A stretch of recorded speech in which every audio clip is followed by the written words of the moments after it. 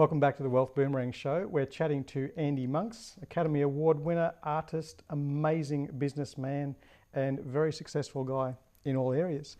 Andy, you won the Academy Award 7 years ago. Like it's a monumental thing for us. We still love it. Love Little Happy Feet. Thank you. But for you, it's like old work. Yeah. What have you been up to for the last 10 years? Yeah, it's a good question. Well, I mean, I went from that, and look, I can't take all the credit for Happy Feet. I was part of a large team.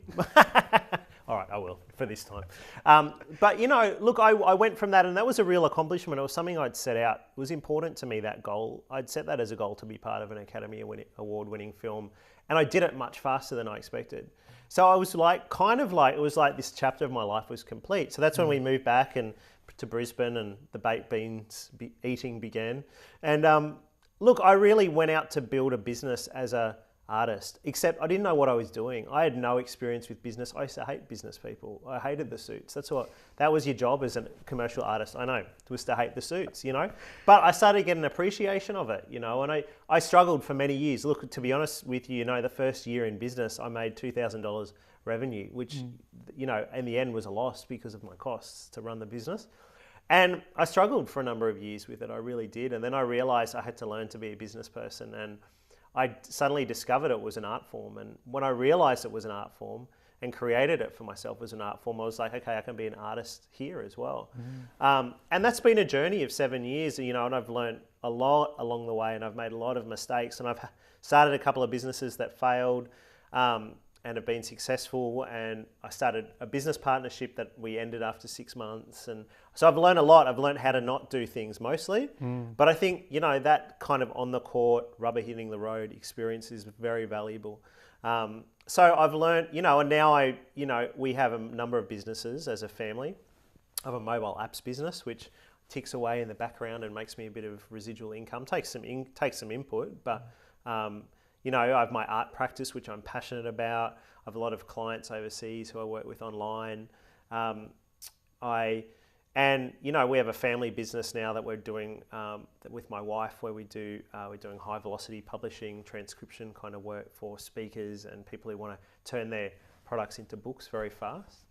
And then my thing that I'm very passionate about at the moment, besides being an artist, is I have a business called The Hero's Adventure, which is using storytelling techniques, the hero's journey, to as a business model for people and as a model for people to really fulfill what they're passionate about. And I've got a number of clients who are working with mine. I do a number of workshops, speaking engagements. So that's my ability to be able to contribute back now. And I learn a lot as well for myself. And that thing is, the hero's adventure is fascinating. I find it fascinating, and I find what's fascinating for me is that it resonates so deeply with people, and that I've been able to work with other artists and have them start to make money out of their art, which, for some of them it floors them that they can do that now, and we're all still learning together, but it's, trying to crack this code on being an artist and a business person as well at the same time. I guess many people start a business because they're very good at what they do, and they may have been working for someone else. Yes. And then said, like, I'm a really good mechanic, I'm going to go and start my own mechanic workshop, or I was a really good financial planner, I'll start my own financial planning business, whatever. How do you actually bring in the creativity and the passion of an artist to say, okay, I'm going to teach you how to be a better business person when they already think they know what they're doing? Yeah, well, that's what you've got to confront firstly, is you've got to get them to admit they don't know what they're doing. And look, and that's a mindset thing. And look, it's important. And if people don't want to start at that place, so it's difficult for me to work with them. But I think if you can start with, I don't know what I'm doing here, that's the beginner's mind. And that's the highest state of learning, is to be, I don't know. If you're like, I know everything and I've got it sorted, don't tell me, that's tricky. But, so I start with them and go, okay, you've got your ability. Now let's look at who would want it. And so I work with people a lot on who's their tribe. Who's their ideal customer? How do they connect with them?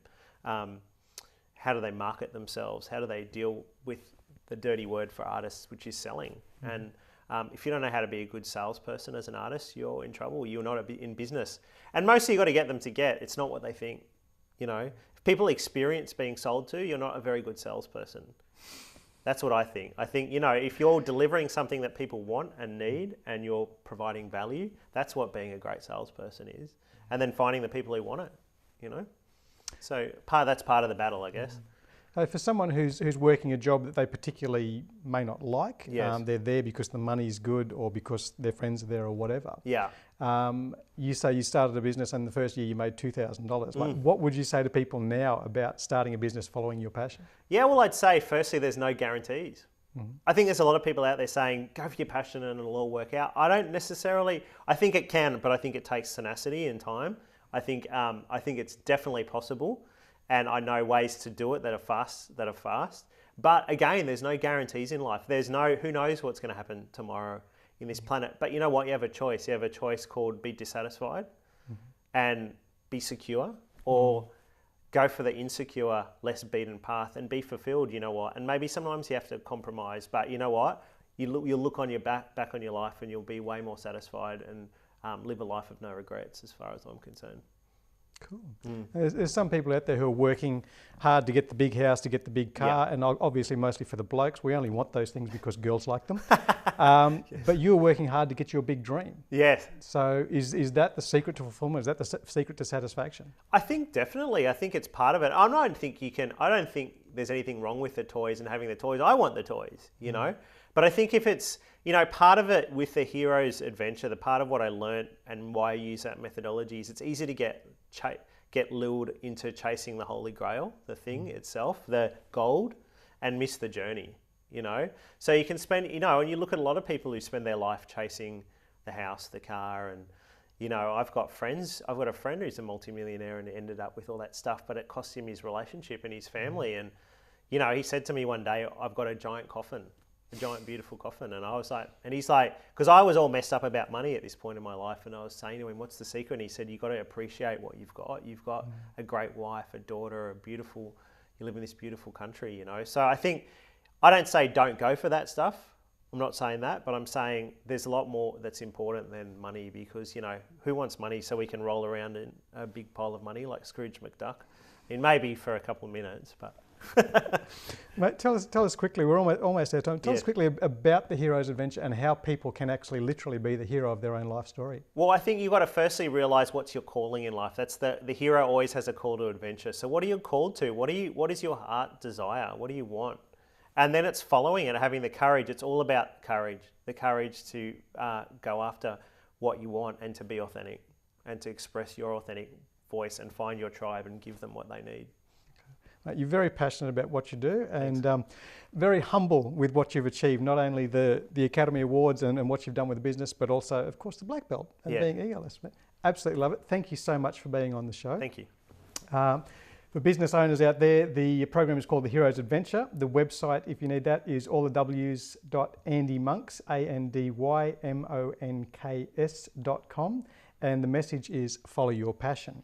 Thank you for watching the Wealth Boomerang Show. Every week we profile someone who has boomeranged back and created their own wealth in their own way.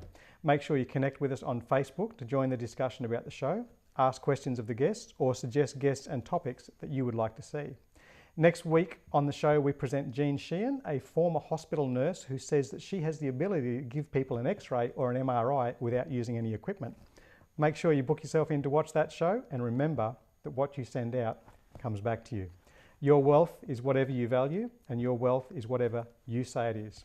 Good night, Brisbane, and good night, Asher, my rose. Daddy loves you. See you next week for another Wealth Boomerang Show.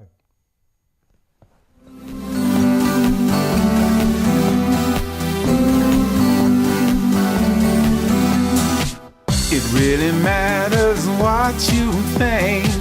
It also matters what you do.